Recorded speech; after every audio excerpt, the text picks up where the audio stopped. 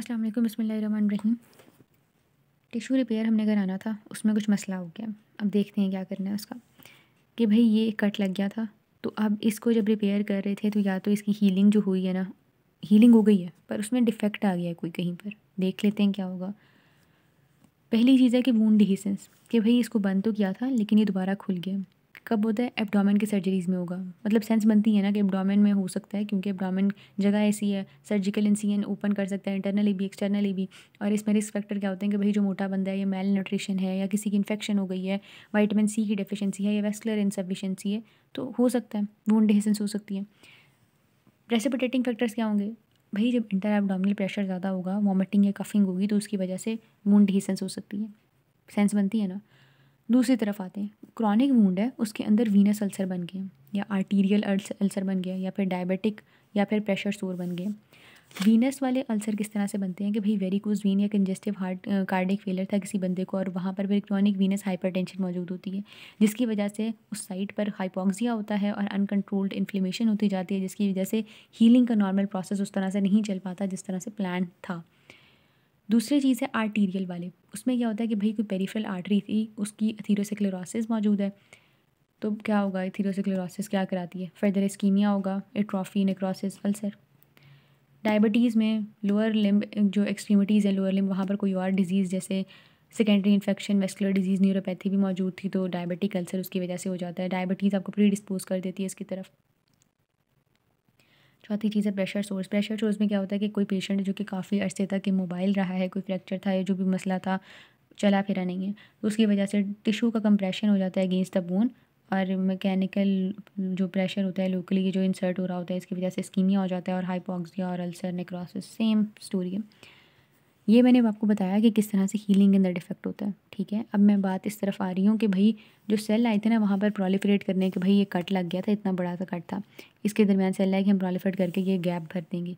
Cell आपे से बाहर हो जाते हैं और वो बहुत ज़्यादा प्रोलिफरेशन कर जाते हैं। इसकी वजह से वो जो ग्रेनुलेशन टिश्यू पड़ा है कि हमने बनता है, वो बहुत ज़्यादा बन गया है। फिब्रोब्लास्ट की प्रोलिफरेशन बहुत ज़्यादा हो गई है, और डेस्मोइड्स बन सकते हैं, ठीक है। तो देख लेते हैं इसको।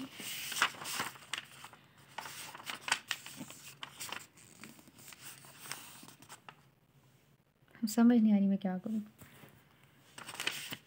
अच्छा जी, सबसे पहले ग्रैनुलेशन टिश्यू बहुत ज़्यादा बन गया है। ग्रैनुलेशन टिश्यू क्या होता है कि ग्रैनुलेशन टिश्यू ने वहाँ पर आके पिंक पिंक सा मटेरियल बनाना होता है, वहाँ पर जब रिवेस्कुलराइजेशन हो रही होती है, रीएपिथेलाइजेशन हो रही होती है, तो तब ग्रैनुलेशन टिश्यू बनता है। ये नॉर्मल है, लेकिन अगर बहुत ज़्यादा बन जाएगा तो उसकी वजह से ब्लॉक हो जाएगा। इसकी मैनेजमेंट आपने क्या करनी होती है? आपने ग्रैनुलेशन टिश्यू को रिमूव कर देना होता है सर्जरी से करके। फिर आगे आते हैं फिब्रोब्लास्ट बहुत ज़्यादा बन गए हैं। फिब्रोब्लास्ट अगर ज़्यादा बन गए हैं तो उसकी वजह से क्यों बनेंगे? कनेक्टिव टिश्यू या फिब्रोब्लास्ट जो थे, जब उन्होंने प्रोलिफरेट करना था नॉर्मली, तो वो तभी उनकी एक्सेसिव प्रोलिफरेशन हो गई है, जिसकी वजह से एग्रेसिव नेचर आ गई है उनकी, एग्रेसिव फिब्रोमेटोसिस जिसे कहेंगे, जो कि लो ग्रेड ट्यूमर्स या डेस्मोइड की फॉर्म इख्तियार कर लेते हैं, ठीक है। अच्छा, फिर तीसरे दो थे इसमें, ठीक है। एक्सेसिव स्कारिंग में आए तो एक्सेसिव स्कारिंग है कि भाई जो कट कहाँ गया हमारा, यहाँ पर जो स्कार बनना था वो ही बहुत ज़्यादा बना दिया है। अब जैसे यहाँ पर ये देखिए, ये तस्वीर बनी हुई है, कितना बड़ा सा स्कार बना दिया है। शायद एक और भी हो तस्वीर, ये हॉस्पी की पिक्चर है, दूसरी नहीं है। खैर, हाइपरट्रॉफिक स्कार बन गया है, किलॉइड बन गया, या कंट्रैक्चर हो गया। कंट्रैक्चर का क्या सीन होता है कि फिजियोलॉजिकल कंट्रैक्शन जो वहाँ पर होनी होती है स्कार फॉर्मेशन के बाद, वो जो मायोफिब्रोब्लास्ट होते हैं उनके ज़रिए, वो बहुत ज़्यादा हो जाती है, वो एक्सेसिव हो जाती है, जिसकी वजह से वूंड और उसके सराउंडिंग टिश्यू में भी डिफॉर्मिटी आ जाती है। कहाँ कहाँ पर कंट्रैक्चर हो सकते हैं? पाम, सोल, इंटीरियर थॉरेक्स और स्वेयर बर्न्स के केस में हो सकते हैं। बर्न से आपके जहन में आता होगा कि सही है, कंट्रैक्चर देखा हुआ, सेंस बन रही है। एनीवेज, हाइपरट्रॉफिक स्कार और किलॉइड की तरफ आते हैं। हाइपरट्रॉफिक स्कार में अंदर देखें तो कोलेजन की एक्यूमुलेशन बहुत ज़्यादा होती है, किलॉइड में भी हो रही होती है बाय द वे। और अब कि हाइपरट्रॉफिक स्कार जो होता है वो रेज्ड एब्डोमिनल स्कार होता है, यानी जगह से थोड़ा सा उभरा होता है, ठीक है। किलॉइड भी ऐसा ही होता है। हाइपरट्रॉफिक स्कार की जो ग्रोथ होती है वो कन्फाइन कर रही होती है with in the original wound. जैसे अगर ये स्टिकी नोट वूंड है पूरा, तो हाइपरट्रॉफिक स्कार इसी के अंदर कन्फाइन कर रहा होगा, लेकिन जो किलॉइड है, किलॉइड इससे बाहर निकल रहा होगा इस केयर से, ठीक है। उसके बाद है कि हाइपरट्रॉफिक स्कार जो होता है वो रिग्रेस करता है in size over the period of time. उसका साइज़ कम हो जाएगा हाइपरट्रॉफिक स्कार का, लेकिन कीलॉइड भाई जितना फैला हुआ उतना फैला हुआ ही रहेगा, ठीक है। हाइपरट्रॉफिक स्कार जो होते हैं वो थर्मल इंजरीज, ट्रोमेटिक इंजरीज, जो कि deeper layer of the dermis को इन्वॉल्व कर रहे होते हैं, उसमें आता है।